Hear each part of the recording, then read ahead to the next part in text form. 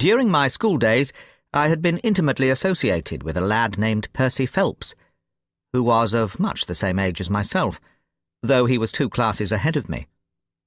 He was a very brilliant boy and carried away every prize which the school had to offer, finishing his exploits by winning a scholarship which sent him on to continue his triumphant career at Cambridge. He was, I remember, extremely well connected, and even when we were all little boys together, we knew that his mother's brother was Lord Holdhurst, the great Conservative politician. This gaudy relationship did him little good at school. On the contrary, it seemed rather a piquant thing to us to chevy him about the playground and hit him over the shins with a wicket. But it was another thing when he came out into the world. I heard vaguely that his abilities and the influence which he commanded had won him a good position at the Foreign Office, and then he passed completely out of my mind, until the following letter recalled his existence. Briarbrae, Woking. My dear Watson, I have no doubt that you can remember Tadpole Phelps, who was in the 5th form when you were in the 3rd. It is possible even that you may have heard that, through my uncle's influence, I obtained a good appointment at the Foreign Office, and that I was in a situation of trust and honour until a horrible misfortune came suddenly to blast my career. There is no use writing the details of that dreadful event. In the event of your acceding to my request, it is possible that I shall have to narrate them to you. I've only just recovered from 9 weeks of brain fever, and am still exceedingly weak. Do you think that you could bring your friend, Mr. Holmes, down to see me? I should like to have his opinion of the case, though the authorities assure me that nothing more can be done. Do try to bring him down, and as soon as possible. Every minute seems an hour while I live in this horrible suspense. Assure him that if I have not asked his advice sooner, it was not because I did not appreciate his talents, but because I have been off my head ever since the blow fell. Now I am clear again, though I dare not think of it too much for fear of a relapse. I'm still so weak that I have to write, as you see, by dictating. Do try and bring him. Your old schoolfellow, Percy Phelps. There was something that touched me as I read this letter, something pitiable in the reiterated appeals to bring Holmes. So moved was I that, even if it had been a difficult matter, I should have tried it. But of course I knew well that Holmes loved his art so, that he was ever as ready to bring his aid as his client could be to receive it. My wife agreed with me that not a moment should be lost in laying the matter before him, and so within an hour of breakfast time I found myself back once more in the old rooms in Baker Street. Holmes was seated at his side table, clad in his dressing gown, and working hard over a chemical investigation. A large curved retort was boiling furiously in the bluish flame of a Bunsen burner, and the distilled drops were condensing in a 2-litre measure. My friend hardly glanced up as I entered, and I, seeing that his investigation must be of importance, seated myself in an armchair and waited. He dipped into this bottle or that, drawing out a few drops of each with his glass pipette, and finally brought a test tube containing a solution over to the table. In his right hand he had a slip of litmus paper. "You come at a crisis, Watson," said he. "If this paper remains blue, all is well. If it turns red, it means a man's life." He dipped it into the test tube, and it flushed at once into a dull, dirty crimson. I thought as much," he cried. "I will be at your service in one instant, Watson. You will find tobacco in the Persian slipper." He turned to his desk and scribbled off several telegrams, which were handed over to the page boy. Then he threw himself down in the chair opposite, and drew up his knees until his fingers clasped round his long, thin shins. "A very commonplace little murder," said he. "You've got something better, I fancy. You are the stormy petrel of crime, Watson. What is it?" I handed him the letter, which he read with the most concentrated attention. "It does not tell us very much, does it?" he remarked, as he handed it back to me. "Hardly anything. And yet the writing is of interest. But the writing is not his own. Precisely. It is a woman's." "A man's, surely," I cried. "No, a woman's. And a woman of rare character. You see, at the commencement of an investigation, it is something to know that your client is in close contact with someone who, for good or evil, has an exceptional nature. My interest is already awakened in the case.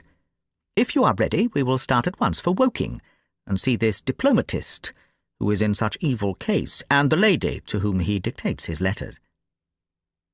We were fortunate enough to catch an early train at Waterloo, and in a little under an hour we found ourselves among the fir-woods and the heather of Woking. Briarbrae proved to be a large, detached house, standing in extensive grounds within a few minutes' walk of the station.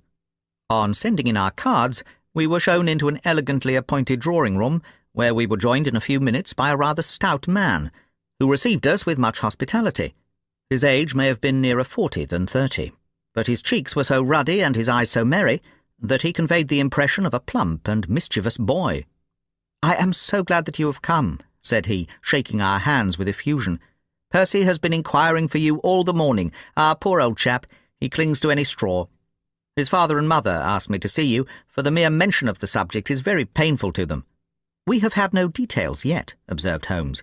"I perceive that you are not yourself a member of the family." Our acquaintance looked surprised, and then, glancing down, he began to laugh. "Of course you saw the J.H. monogram on my locket," said he. "For a moment I thought you had done something clever. Joseph Harrison is my name, and as Percy is to marry my sister Annie, I shall at least be a relation by marriage. You will find my sister in his room, for she has nursed him hand and foot these 2 months back. Perhaps we had better go in at once, for I know how impatient he is." The chamber into which we were shown was on the same floor as the drawing-room. It was furnished partly as a sitting and partly as a bedroom, with flowers arranged daintily in every nook and corner.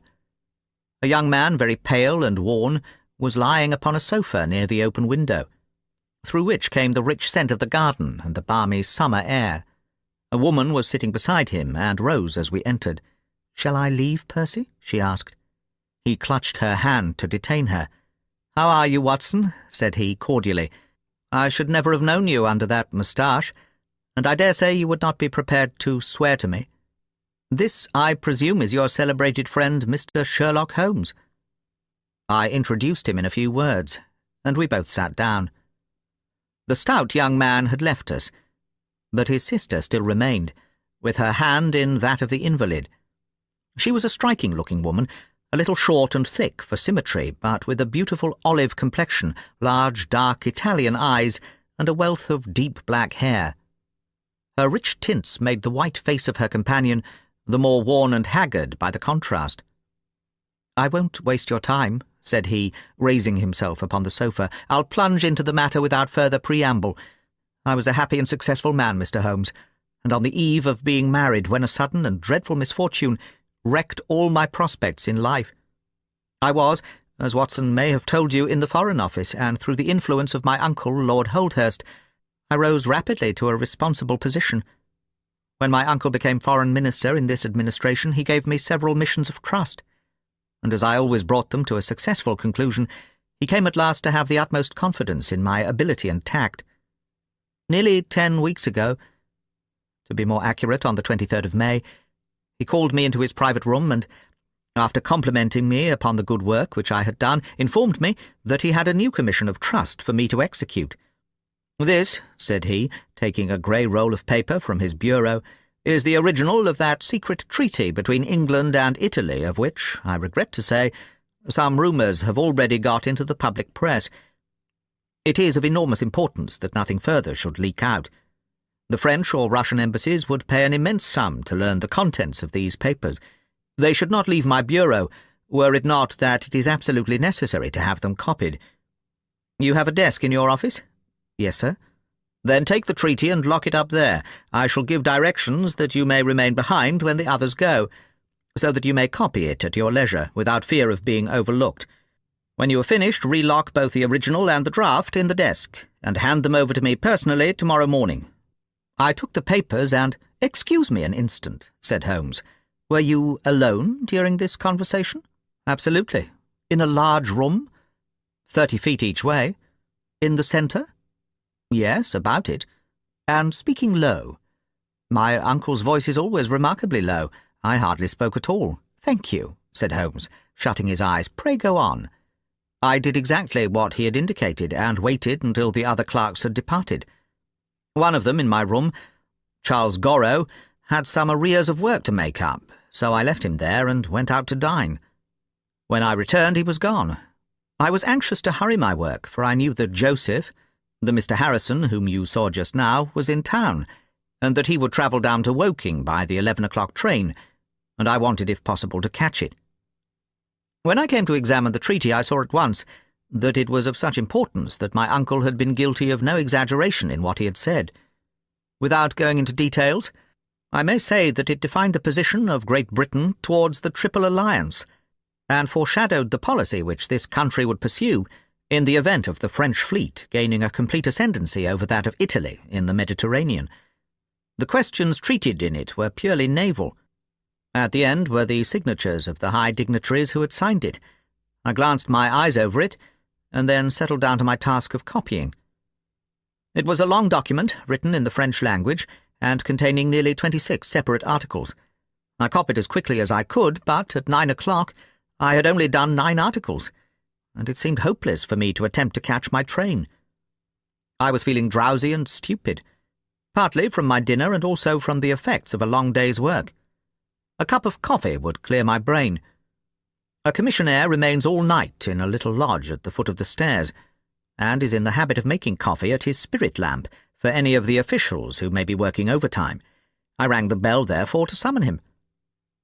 To my surprise, it was a woman who answered the summons, a large, coarse-faced, elderly woman in an apron. She explained that she was the commissionnaire's wife who did the charring, and I gave her the order for the coffee. I wrote 2 more articles, and then, feeling more drowsy than ever, I rose and walked up and down the room to stretch my legs. My coffee had not yet come, and I wondered what the cause of the delay could be.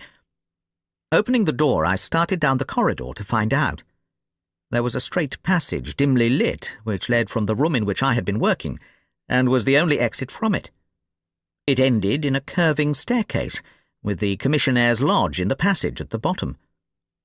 Halfway down this staircase is a small landing, with another passage running into it at right angles. This second one leads, by means of a second small stair, to a side door used by servants, and also as a shortcut by clerks when coming from Charles Street. Here is a rough chart of the place. "Thank you, I think that I quite follow you," said Sherlock Holmes. "It is of the utmost importance that you should notice this point." I went down the stairs and into the hall, where I found the commissionaire fast asleep in his box, with the kettle boiling furiously upon the spirit lamp, for the water was spurting over the floor. I had put out my hand and was about to shake the man, who was still sleeping soundly, when a bell over his head rang loudly, and he woke with a start. "Mr. Phelps, sir," said he, looking at me in bewilderment. "I came down to see if my coffee was ready. I was boiling the kettle when I fell asleep, sir." He looked at me and then up at the still quivering bell, with an ever-growing astonishment upon his face. "If you was here, sir, then who rang the bell?" he asked. "The bell?" I said. "What bell is it?" "It's the bell of the room you were working in." A cold hand seemed to close round my heart. Someone, then, was in that room where my precious treaty lay upon the table. I ran frantically up the stairs and along the passage. There was no one in the corridor, Mr. Holmes. There was no one in the room. All was exactly as I left it, save only that the papers committed to my care had been taken from the desk on which they lay. The copy was there, and the original was gone. Holmes sat up in his chair and rubbed his hands. I could see that the problem was entirely to his heart. "Pray, what did you do then?" he murmured. "I recognized in an instant that the thief must have come up the stairs from the side door. Of course, I must have met him if he had come the other way." "You were satisfied that he could not have been concealed in the room all the time, or in the corridor which you have just described as dimly lighted?" "It is absolutely impossible. A rat could not conceal himself either in the room or the corridor. There is no cover at all."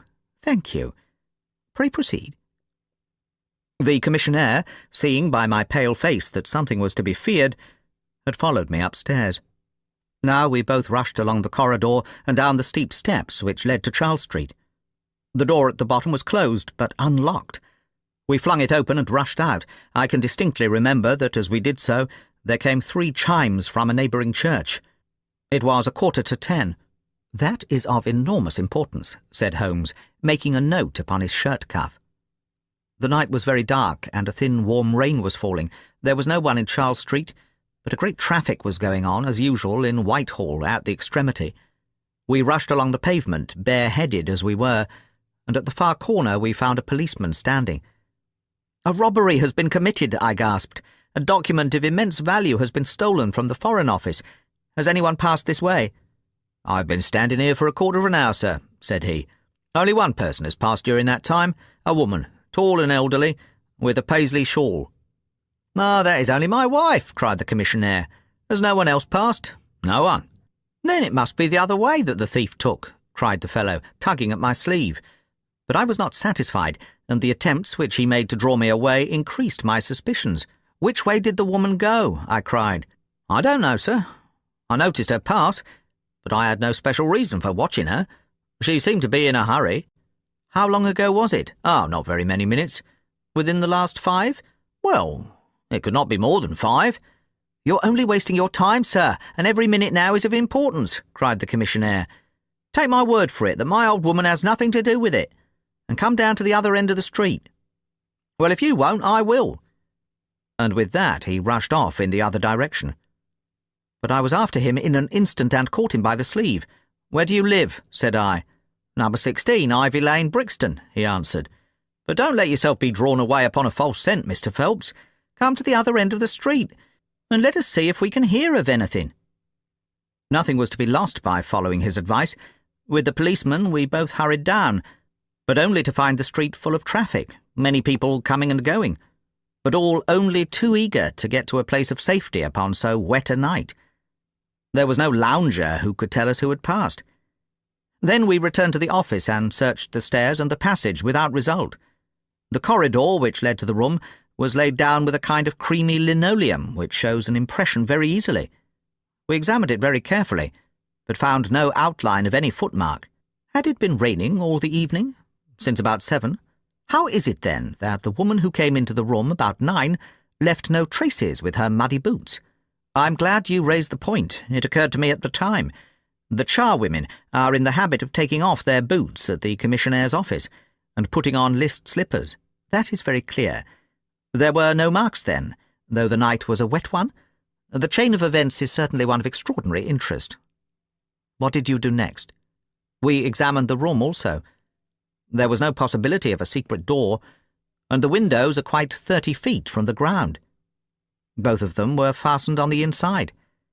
The carpet prevents any possibility of a trapdoor, and the ceiling is of the ordinary whitewashed kind.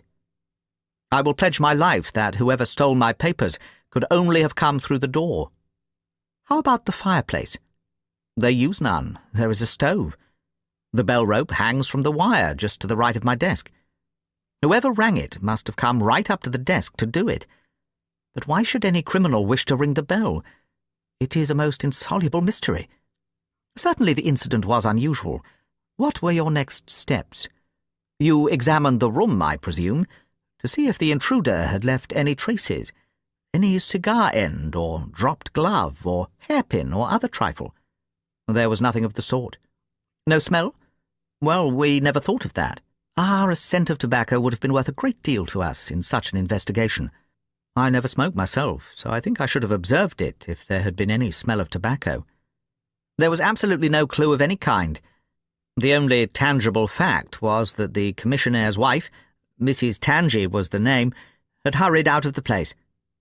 He could give no explanation save that it was about the time when the woman always went home. The policeman and I agreed that our best plan would be to seize the woman before she could get rid of the papers, presuming that she had them. The alarm had reached Scotland Yard by this time, and Mr. Forbes, the detective, came round at once and took up the case with a great deal of energy. We hired a hansom, and in half an hour we were at the address which had been given to us. A young woman opened the door, who proved to be Mrs. Tangy's eldest daughter. Her mother had not come back yet, and we were shown into the front room to wait. About 10 minutes later a knock came at the door, and here we made the one serious mistake for which I blame myself. Instead of opening the door ourselves, we allowed the girl to do so. We heard her say, "Mother, there are 2 men in the house waiting to see you." And an instant afterwards we heard the patter of feet rushing down the passage. Forbes flung open the door, and we both ran into the back room or kitchen. But the woman had got there before us. She stared at us with defiant eyes, and then, suddenly recognizing me, an expression of absolute astonishment came over her face. "Why, if it isn't Mr. Phelps of the office!" she cried. "Come, come, who do you think we were when you ran away from us?"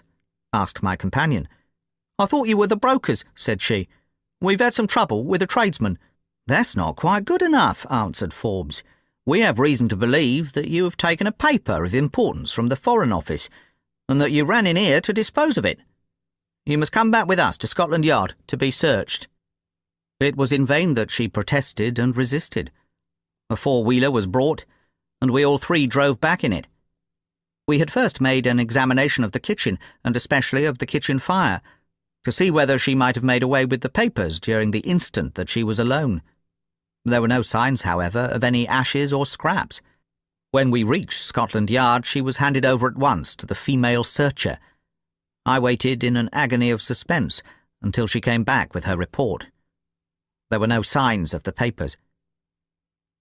Then for the first time the horror of my situation came in its full force upon me. Hitherto I had been acting, and action had numbed thought. I had been so confident of regaining the treaty at once that I had not dared to think of what would be the consequence if I failed to do so. But now there was nothing more to be done, and I had leisure to realize my position. It was horrible. Watson there would tell you that I was a nervous, sensitive boy at school. It is my nature. I thought of my uncle and of his colleagues in the cabinet, of the shame which I had brought upon him, upon myself, upon everyone connected with me. What though I was the victim of an extraordinary accident? No allowance is made for accidents where diplomatic interests are at stake. I was ruined, shamefully, hopelessly ruined. I don't know what I did. I fancy I must have made a scene. I have a dim recollection of a group of officials who crowded round me, endeavouring to soothe me. One of them drove down with me to Waterloo and saw me into the Woking train. I believe that he would have come all the way, had it not been that Dr. Ferrier, who lives near me, was going down by that very train. The doctor most kindly took charge of me, and it was well he did so, for I had a fit in the station, and before we reached home I was practically a raving maniac. You can imagine the state of things here when they were roused from their beds by the doctor's ringing, and found me in this condition. Poor Annie here and my mother were broken-hearted. Dr. Ferrier had just heard enough from the detective at the station to be able to give an idea of what had happened, and his story did not mend matters. It was evident to all that I was in for a long illness. So Joseph was bundled out of this cheery bedroom, and it was turned into a sick room for me. Here I have lain, Mr. Holmes, for over 9 weeks, unconscious and raving with brain fever. If it had not been for Miss Harrison here, and for the doctor's care, I should not be speaking to you now. She has nursed me by day, and a hired nurse has looked after me by night. For in my mad fits I was capable of anything. Slowly my reason has cleared. But it is only during the last 3 days that my memory has quite returned. Sometimes I wish that it never had. The first thing I did was to wire Mr. Forbes, who had the case in hand. He came out and assured me that though everything has been done, no trace of a clue has been discovered. The commissionaire and his wife have been examined in every way, without any light being thrown upon the matter. The suspicions of the police then rested upon young Gorrow, who, as you may remember, stayed overtime in the office that night. His remaining behind and his French name were really the only 2 points which could suggest suspicion. But as a matter of fact, I did not begin work until he had gone, and his people are of Huguenot extraction, but as English in sympathy and tradition as you and I are. Nothing was found to implicate him in any way, and there the matter dropped. I turn to you, Mr. Holmes, as absolutely my last hope. If you fail me, then my honour, as well as my position, are forever forfeited." The invalid sank back upon his cushions, tired out by this long recital, while his nurse poured him out a glass of some stimulating medicine. Holmes sat silently with his head thrown back and his eyes closed in an attitude which might seem listless to a stranger, but which I knew betokened the most intense absorption. "Your statement has been so explicit," said he at last, "that you have really left me very few questions to ask. There is one of the very utmost importance, however. Did you tell anyone that you had this special task to perform?" "No one." "Not Miss Harrison here, for example?" "No. I had not been back to Woking between getting the order and executing the commission." "And none of your people had by chance been to see you?" "None." "Did any of them know their way about in the office?"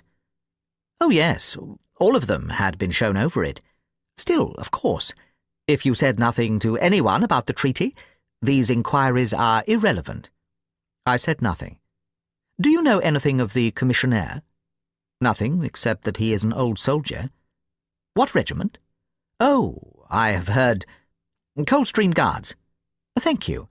I have no doubt I can get details from Forbes. The authorities are excellent at amassing facts, though they do not always use them to advantage. What a lovely thing a rose is." He walked past the couch to the open window, and held up the drooping stalk of a moss rose, looking down at the dainty blend of crimson and green. It was a new phase of his character to me, for I had never before seen him show any keen interest in natural objects. "There is nothing in which deduction is so necessary as in religion," said he, leaning with his back against the shutters. "It can be built up as an exact science by the reasoner. Our highest assurance of the goodness of Providence seems to me to rest in the flowers. All other things, our powers, our desires, our food, are really necessary for our existence in the first instance. But this rose is an extra. Its smell and its colour are an embellishment of life, not a condition of it. It is only goodness which gives extras. And so I say again that we have much to hope from the flowers." Percy Phelps and his nurse looked at Holmes during this demonstration with surprise, and a good deal of disappointment written upon their faces. He had fallen into a reverie, with the moss rose between his fingers. It had lasted some minutes before the young lady broke in upon it.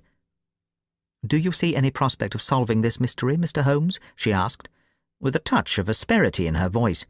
"Oh, the mystery," he answered, coming back with a start to the realities of life. "Well, it would be absurd to deny that the case is a very abstruse and complicated one. But I can promise you that I will look into the matter and let you know any points which may strike me." "Do you see any clue?" "You have furnished me with 7, but of course I must test them before I can pronounce upon their value." "You suspect someone?" "I suspect myself." "What?" "Of coming to conclusions too rapidly." "Then go to London and test your conclusions." "Your advice is very excellent, Miss Harrison," said Holmes, rising. "I think, Watson, we cannot do better. Do not allow yourself to indulge in false hopes, Mr. Phelps. The affair is a very tangled one." "I shall be in a fever until I see you again," cried the diplomatist. "Well, I'll come out by the same train tomorrow, though it's more than likely that my report will be a negative one." "God bless you for promising to come," cried our client. "It gives me fresh life to know that something is being done. By the way, I have had a letter from Lord Holdhurst." "Ha! What did he say?" "He was cold, but not harsh. I dare say my severe illness prevented him from being that. He repeated that the matter was of the utmost importance, and added that no steps would be taken about my future, by which he means, of course, my dismissal, until my health was restored, and I had an opportunity of repairing my misfortune." "Well, that was reasonable and considerate," said Holmes. "Come, Watson, for we have a good day's work before us in town." Mr. Joseph Harrison drove us down to the station, and we were soon whirling up in a Portsmouth train. Holmes was sunk in profound thought, and hardly opened his mouth until we had passed Clapham Junction. It's a very cheering thing to come into London by any of these lines which run high and allow you to look down upon the houses like this. I thought he was joking, for the view was sordid enough, but he soon explained himself. "Look at those big isolated clumps of building rising above the slates, like brick islands in a lead-coloured sea. The board schools, lighthouses, my boy, beacons of the future, capsules with hundreds of bright little seeds in each, out of which will spring the wiser, better England of the future. I suppose that man Phelps does not drink. I should not think so, nor should I, but we are bound to take every possibility into account. The poor devil has certainly got himself into very deep water, and it's a question whether we shall ever be able to get him ashore. What do you think of Miss Harrison? A girl of strong character. Yes, but she is a good sort, or I am mistaken. She and her brother are the only children of an ironmaster somewhere up Northumberland way. Phelps got engaged to her when travelling last winter, and she came down to be introduced to his people, with her brother as escort. Then came the smash, and she stayed on to nurse her lover, while brother Joseph, finding himself pretty snug, stayed on too. I've been making a few independent inquiries, you see. But today must be a day of inquiries. My practice, I began. Oh, if you find your own cases more interesting than mine, said Holmes, with some asperity. I was going to say that my practice could get along very well for a day or two, since it is the slackest time in the year. Excellent, said he, recovering his good humour. Then we'll look into this matter together. I think that we should begin by seeing Forbes. He can probably tell us all the details we want, until we know from what side the case is to be approached. You said you had a clue? Well, we have several, but we can only test their value by further inquiry. The most difficult crime to track is the one which is purposeless. Now, this is not purposeless. Who is it that profits by it? There is the French ambassador, there is the Russian, there is whoever might sell it to either of these, and there is Lord Holdhurst. Lord Holdhurst? Well, it is just conceivable that a statesman might find himself in a position where he was not sorry to have such a document accidentally destroyed. Not a statesman with the honourable record of Lord Holdhurst. It is a possibility, and we cannot afford to disregard it. We shall see the noble lord today, and find out if he can tell us anything. Meanwhile, I have already set inquiries upon foot. Already? Yes, I sent wires from Woking Station to every evening paper in London. This advertisement will appear in each of them. He handed over a sheet torn from the notebook. On it was scribbled in pencil, £10 reward, the number of the cab which dropped a fare at or about the door of the Foreign Office in Charles Street at 9:45 in the evening of May the 23rd. Apply 221B, Baker Street. You are confident that the thief came in a cab? If not, there is no harm done. But if Mr. Phelps is correct in stating that there is no hiding place either in the room or the corridors, then the person must have come from outside. If he came from outside on so wet a night, and yet left no trace of damp upon the linoleum which was examined within a few minutes of his passing, then it is exceedingly probable that he came in a cab. Yes, I think that we may safely deduce a cab. It sounds plausible. That is one of the clues of which I spoke. It may lead us to something. And then, of course, there is the bell, which is the most distinctive feature of the case. Why should the bell ring? Was it the thief that did it out of bravado? Or was it someone who was with the thief, who did it in order to prevent the crime? Or was it an accident, or was it— He sank back into the state of intense and silent thought from which he had emerged. But it seemed to me, accustomed as I was to his every mood, that some new possibility had dawned suddenly upon him. It was 3:20 when we reached our terminus, and after a hasty luncheon at the buffet, we pushed on at once to Scotland Yard. Holmes had already wired to Forbes, and we found him waiting to receive us. A small, foxy man, with a sharp but by no means amiable expression. He was decidedly frigid in his manner to us, especially when he heard the errand upon which we had come. "I've heard of your methods before now, Mr. Holmes," said he tartly. "You are ready enough to use all the information that the police can lay at your disposal, and then you try to finish the case yourself and bring discredit upon them." "On the contrary," said Holmes, "out of my last 53 cases, my name has only appeared in 4, and the police have had all the credit in 49. I don't blame you for not knowing this, for you are young and inexperienced, but if you wish to get on in your new duties, you will work with me, and not against me." "I'd be very glad of a hint or two," said the detective, changing his manner. "I've certainly had no credit from the case so far. What steps have you taken? Tangi, the commissionaire, has been shadowed. He left the guards with a good character, and we can find nothing against him. His wife is a bad lot, though.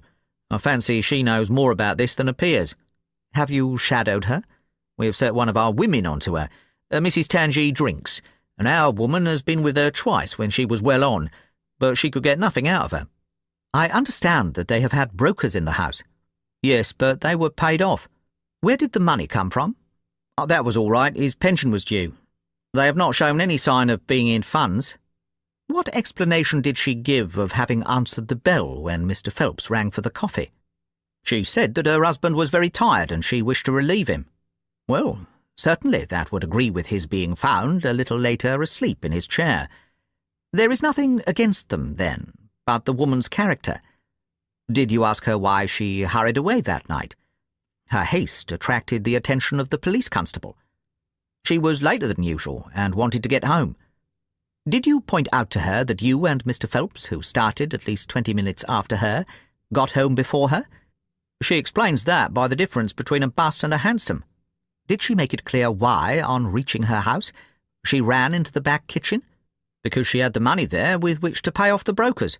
She has at least an answer for everything. Did you ask her whether in leaving she met anyone or saw anyone loitering about Charles Street? She saw no one but the constable. Well, you seem to have cross-examined her pretty thoroughly. What else have you done? The clerk, Goro, has been shadowed all these 9 weeks, but without result. We can show nothing against him. Anything else? Well, we have nothing else to go upon. No evidence of any kind. Have you formed any theory about how that bell rang? Well, I must confess that it beats me. It was a cool hand, whoever it was, to go and give the alarm like that. Yes, it was a queer thing to do. Many thanks to you for what you have told me. If I can put the man into your hands, you shall hear from me. Come along, Watson. Where are we going to now? I asked, as we left the office. We are now going to interview Lord Holdhurst, the Cabinet Minister, and future Premier of England. We were fortunate in finding that Lord Holdhurst was still in his chambers at Downing Street, and on Holmes sending in his card, we were instantly shown up. The statesman received us with that old-fashioned courtesy for which he is remarkable, and seated us on the 2 luxurious easy-chairs on either side of the fireplace. Standing on the rug between us, with his slight, tall figure, his sharp-featured, thoughtful face, and his curling hair prematurely tinged with grey, he seemed to represent that not too common type, a nobleman who is in truth noble. "Your name is very familiar to me, Mr. Holmes," said he, smiling, "and of course I cannot pretend to be ignorant of the object of your visit. There has only been one occurrence in these offices which could call for your attention. In whose interest are you acting, may I ask?" "In that of Mr. Percy Phelps," answered Holmes. "Ah, my unfortunate nephew. You can understand that our kinship makes it the more impossible for me to screen him in any way.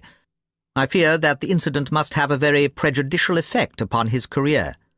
But if the document is found? That of course would be different. I had 1 or 2 questions which I wish to ask you, Lord Holdhurst. I shall be happy to give you any information in my power. Was it in this room that you gave your instructions as to the copying of the document?" "It was." "Then you could hardly have been overheard. It is out of the question. Did you ever mention to anyone that it was your intention to give out the treaty to be copied?" "Never." "You are certain of that?" "Absolutely." "Well, since you never said so, and Mr. Phelps never said so, and nobody else knew anything of the matter, then the thief's presence in the room was purely accidental. He saw his chance and he took it." The statesman smiled. "You take me out of my province there," said he. Holmes considered for a moment. "There is another very important point which I wish to discuss with you," said he. "You feared, as I understand, that very grave results might follow from the details of this treaty becoming known." A shadow passed over the expressive face of the statesman. "Very grave results indeed. And have they occurred?" "Not yet." "If the treaty had reached, let us say, the French or Russian Foreign Office, you would expect to hear of it?" "I should," said Lord Holdhurst with a wry face. "Since nearly 10 weeks have elapsed, then, and nothing has been heard, it is not unfair to suppose that for some reason the treaty has not reached them?" Lord Holdhurst shrugged his shoulders. "We can hardly suppose, Mr. Holmes, that the thief took the treaty in order to frame it and hang it up. Perhaps he is waiting for a better price. If he waits a little longer, he will get no price at all. The treaty will cease to be a secret in a few months." "That is most important," said Holmes. Of course, it is a possible supposition that the thief has had a sudden illness.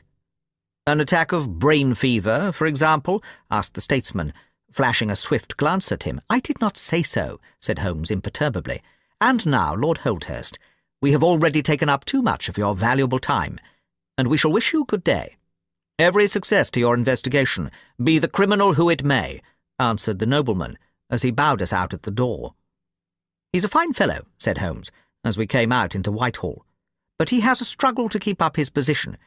He is far from rich, and has many calls. You noticed, of course, that his boots had been resoled? Now, Watson, I won't detain you from your legitimate work any longer. I shall do nothing more today, unless I have an answer to my cab advertisement. But I should be extremely obliged to you if you would come down with me to Woking tomorrow, by the same train which we took today." I met him accordingly next morning, and we travelled down to Woking together. He had had no answer to his advertisement, he said, and no fresh light had been thrown upon the case. He had, when he so willed it, the utter immobility of countenance of a Red Indian, and I could not gather from his appearance whether he was satisfied or not with the position of the case. His conversation, I remember, was about the Bertillon system of measurements, and he expressed his enthusiastic admiration of the French savant. We found our client still under the charge of his devoted nurse, but looking considerably better than before. He rose from the sofa and greeted us without difficulty when we entered. "Any news?" he asked eagerly.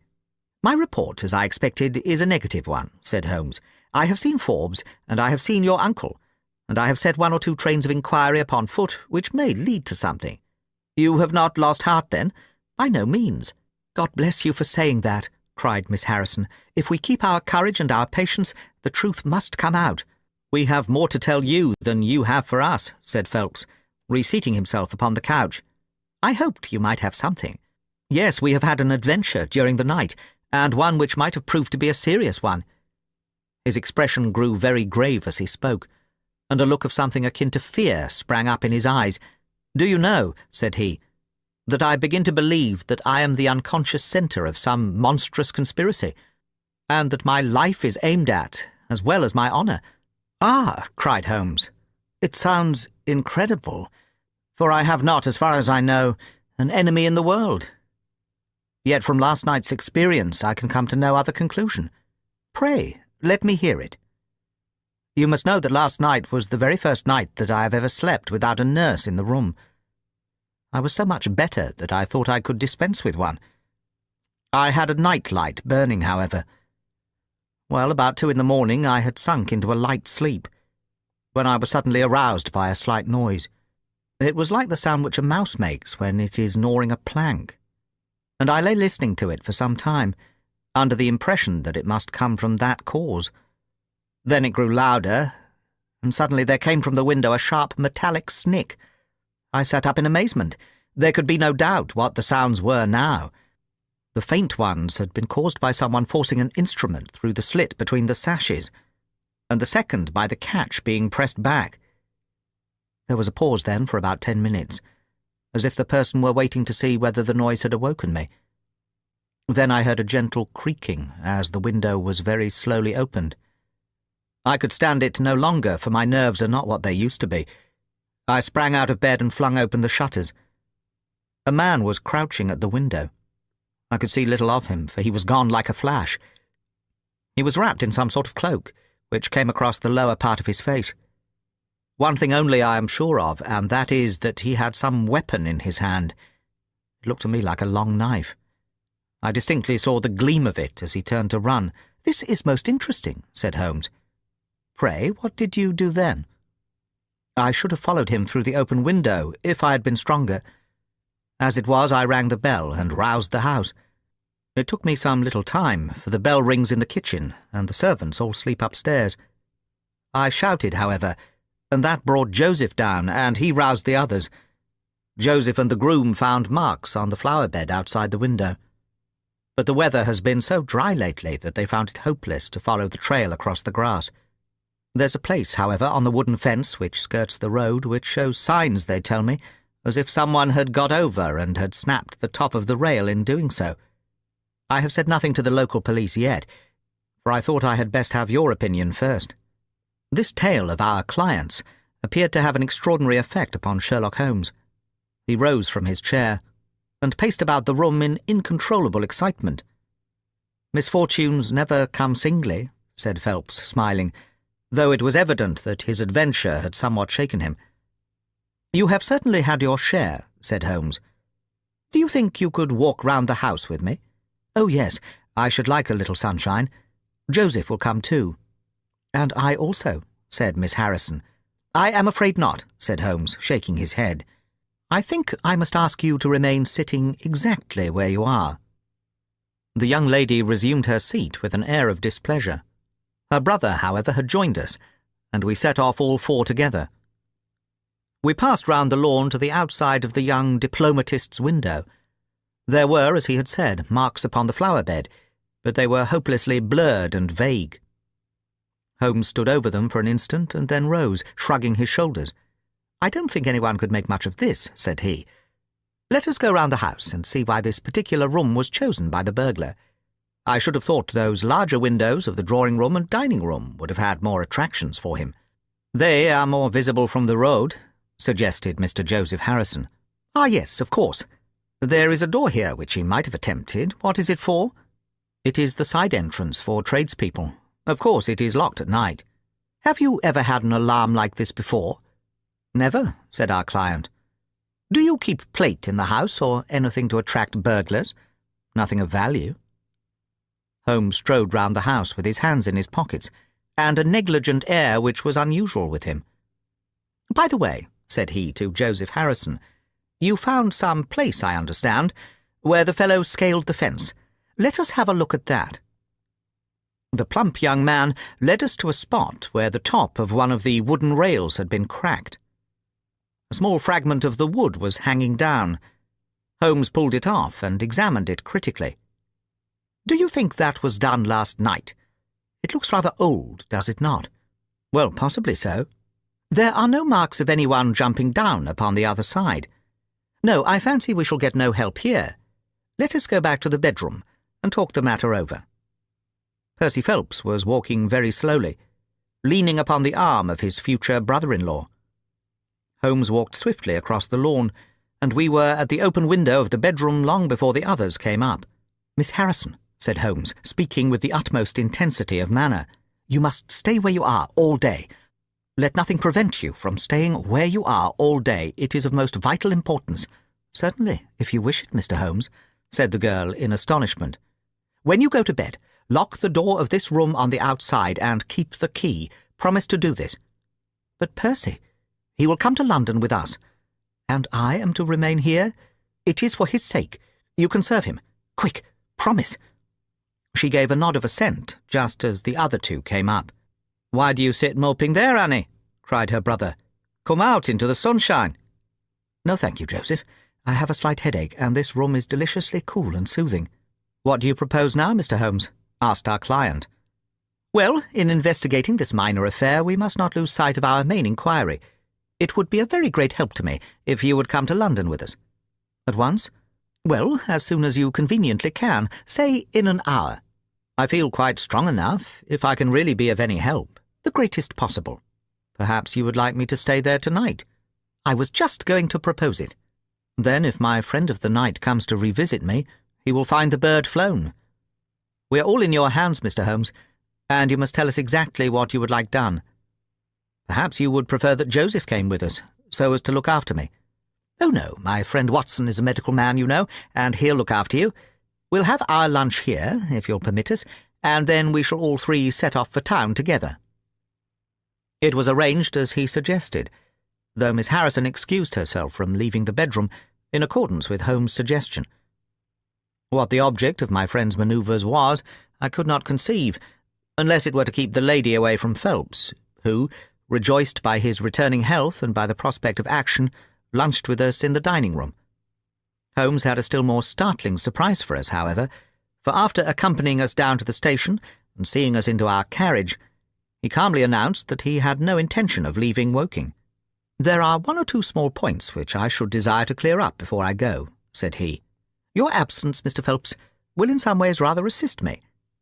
Watson, when you reach London, you would oblige me by driving at once to Baker Street with our friend here, and remaining with him until I see you again. It is fortunate that you are old schoolfellows, as you must have much to talk over. Mr. Phelps can have the spare bedroom tonight, and I shall be with you in time for breakfast, for there is a train which will take me into Waterloo at 8. But how about our investigation in London? Asked Phelps ruefully. We can do that tomorrow. I think that just at present I can be of more immediate use here. You might tell them at Briarbrae that I hope to be back tomorrow night, cried Phelps, as we began to move from the platform. I hardly expect to go back to Briarbrae, answered Holmes, and waved to us cheerily as we shot out from the station. Phelps and I talked it over on our journey, but neither of us could devise a satisfactory reason for this new development. I suppose he wants to find out some clue as to the burglary last night, if a burglar it was. For myself, I don't believe it was an ordinary thief. What is your own idea, then? Upon my word, you may put it down to my weak nerves or not, but I believe there is some deep political intrigue going on around me, and that for some reason that passes my understanding, my life is aimed at by the conspirators. It sounds high-flown and absurd, but consider the facts. Why should a thief try to break in at a bedroom window, where there could be no hope of any plunder? And why should he come with a long knife in his hand? You are sure it was not a housebreaker's jemmy? Oh no, it was a knife. I saw the flash of the blade quite distinctly. But why on earth should you be pursued with such animosity? Ah, that is the question. Well, if Holmes takes the same view, that would account for his action, would it not? Presuming that your theory is correct, if he can lay his hands upon the man who threatened you last night, he will have gone a long way towards finding who took the Naval Treaty. It is absurd to suppose that you have two enemies, one of whom robs you, while the other threatens your life. But Mr. Holmes said that he was not going to Briarbrae. I have known him for some time, said I, but I never knew him do anything yet without a very good reason. And with that our conversation drifted off into other topics. But it was a weary day for me. Phelps was still weak after his long illness, and his misfortunes made him querulous and nervous. In vain I endeavoured to interest him in Afghanistan, in India, in social questions, in anything which might take his mind out of the groove. He would always come back to his lost treaty, wondering, guessing, speculating as to what Holmes was doing, what steps Lord Holdhurst was taking, what news we should have in the morning. As the evening wore on, his excitement became quite painful. You have implicit faith in Holmes? He asked. I have seen him do some remarkable things, but he never brought light into anything quite so dark as this. Oh, yes, I have known him solve questions which presented fewer clues than yours, but not where such large interests are at stake. I don't know that. To my certain knowledge, he has acted on behalf of 3 of the reigning houses of Europe in very vital matters. But you know him well, Watson. He is such an inscrutable fellow that I never quite know what to make of him. Do you think he is hopeful? Do you think that he expects to make a success of it? He has said nothing. That is a bad sign. On the contrary, I have noted that when he is off the trail he generally says so. It is when he is on a scent, and is not quite absolutely sure yet that it is the right one, that he is most taciturn. Now, my dear fellow, we can't help matters by making ourselves nervous about them. So let me implore you to go to bed, and so be fresh for whatever may await us tomorrow. I was able at last to persuade my companion to take my advice, though I knew from his excited manner that there was not much hope of sleep for him.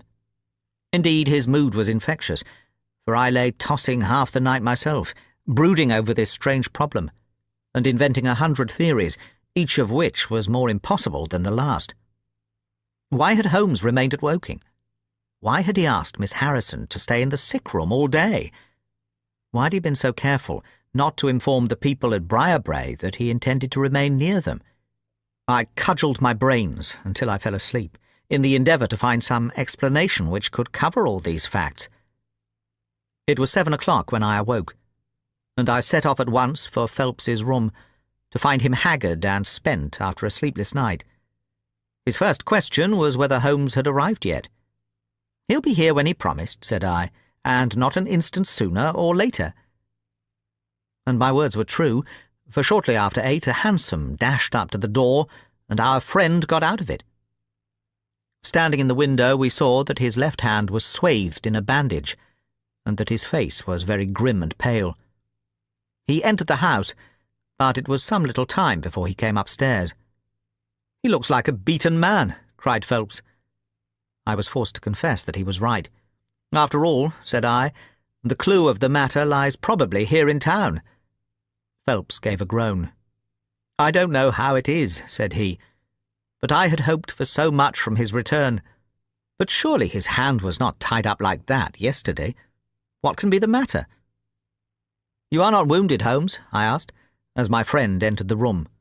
"Tut, it is only a scratch through my own clumsiness," he answered, nodding his good morning to us. "This case of yours, Mr. Phelps, is certainly one of the darkest which I have ever investigated. I feared that you would find it beyond you. It has been a most remarkable experience." "That bandage tells of adventures," said I. "Won't you tell us what has happened?" "After breakfast, my dear Watson, remember that I have breathed 30 miles of Surrey air this morning. I suppose there has been no answer to my cabman advertisement. Well, we cannot expect to score every time." The table was all laid, and just as I was about to ring, Mrs. Hudson entered with the tea and coffee. A few minutes later she brought in the covers, and we all drew up to the table. Holmes ravenous, I curious, and Phelps in the gloomiest state of depression. "Mrs. Hudson has risen to the occasion," said Holmes, uncovering a dish of curried chicken. "Her cuisine is a little limited, but she has as good an idea of breakfast as a Scotchwoman. What have you there, Watson?" "Ham and eggs," I answered. "Good. What are you going to take, Mr. Phelps? Curried fowl or eggs, or will you help yourself?" "Thank you, I can eat nothing," said Phelps. "Oh, come, try the dish before you." "Thank you, I would really rather not." "Well then," said Holmes with a mischievous twinkle, "I suppose that you have no objection to helping me." Phelps raised the cover, and as he did so he uttered a scream, and sat there staring with a face as white as the plate upon which he looked. Across the centre of it was lying a little cylinder of blue-grey paper.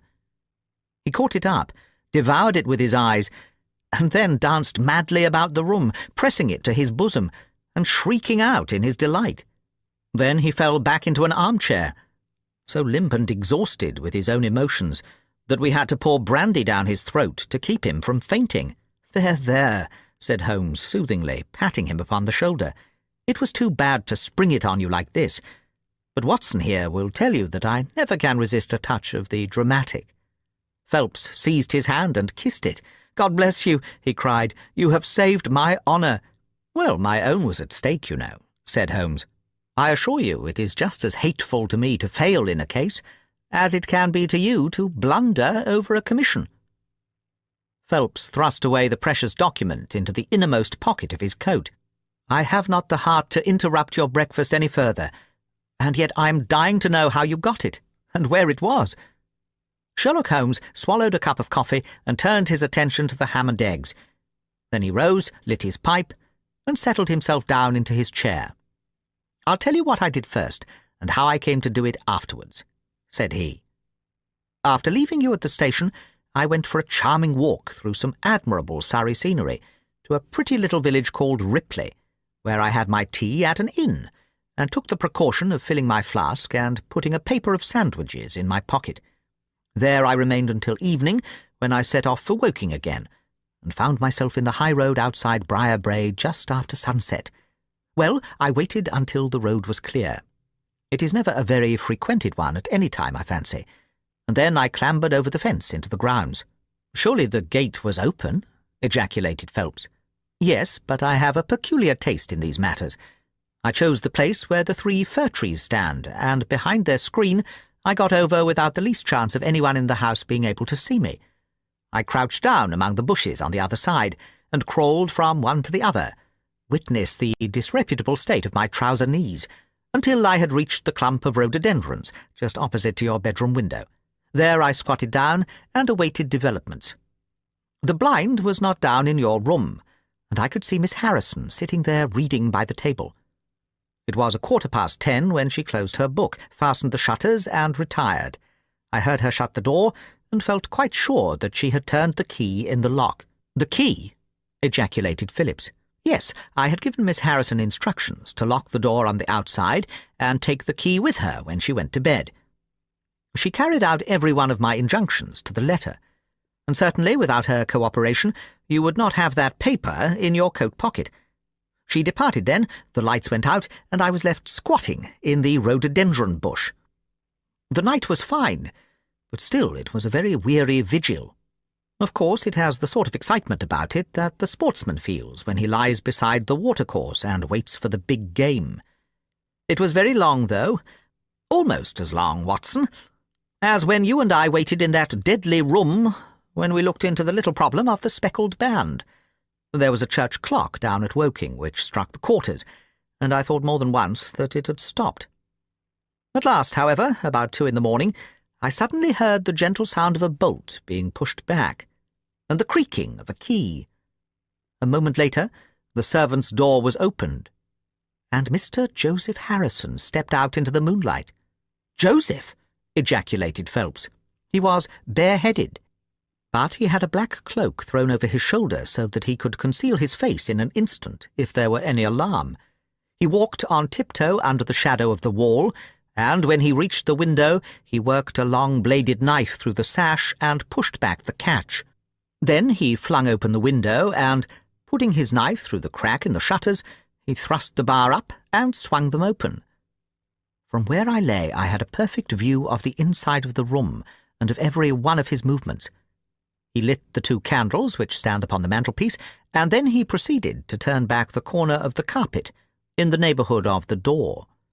Presently he stooped and picked out a square piece of board, such as is usually left to enable plumbers to get at the joints of the gas pipes. This one covered, as a matter of fact, the T-joint, which gives off the pipe which supplies the kitchen underneath.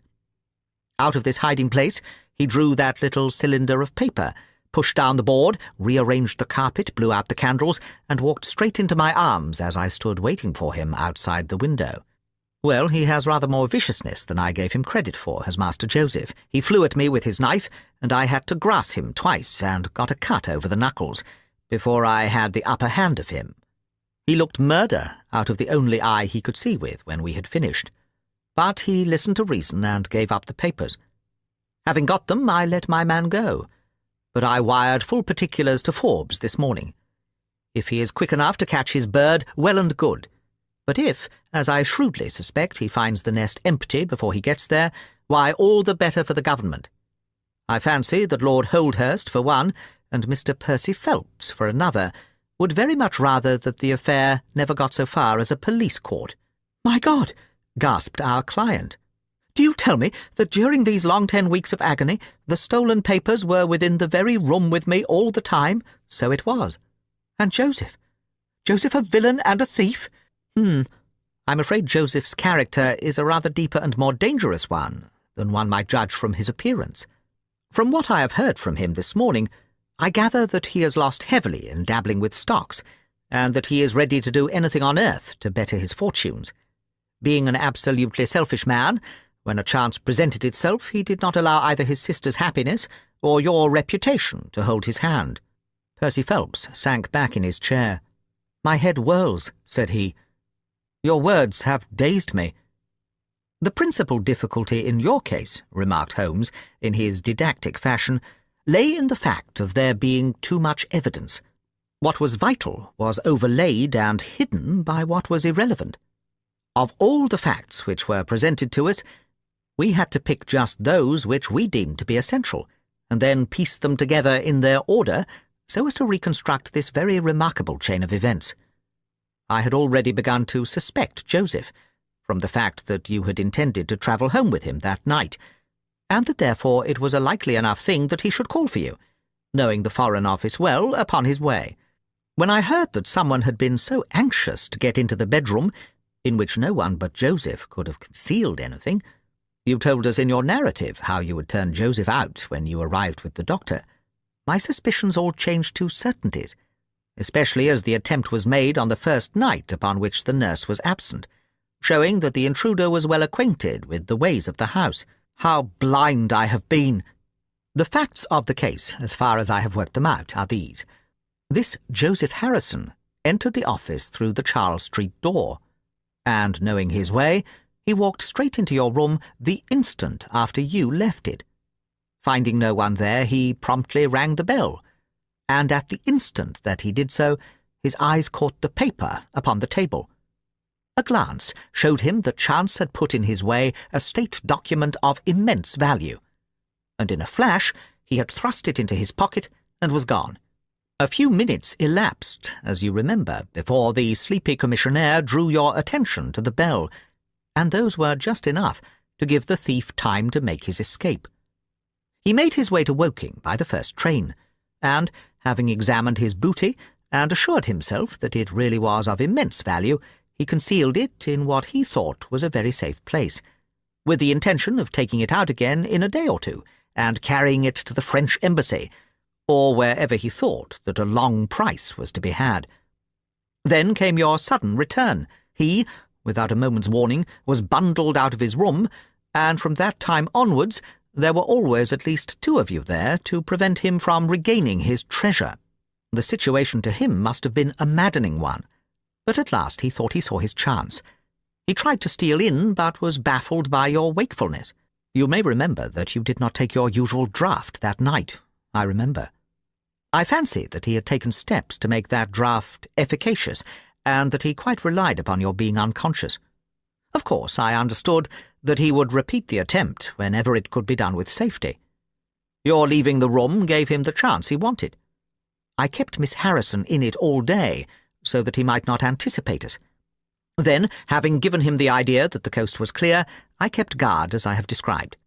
I already knew that the papers were probably in the room, but I had no desire to rip up all the planking and skirting in search of them. I let him take them, therefore, from the hiding-place, and so saved myself an infinity of trouble.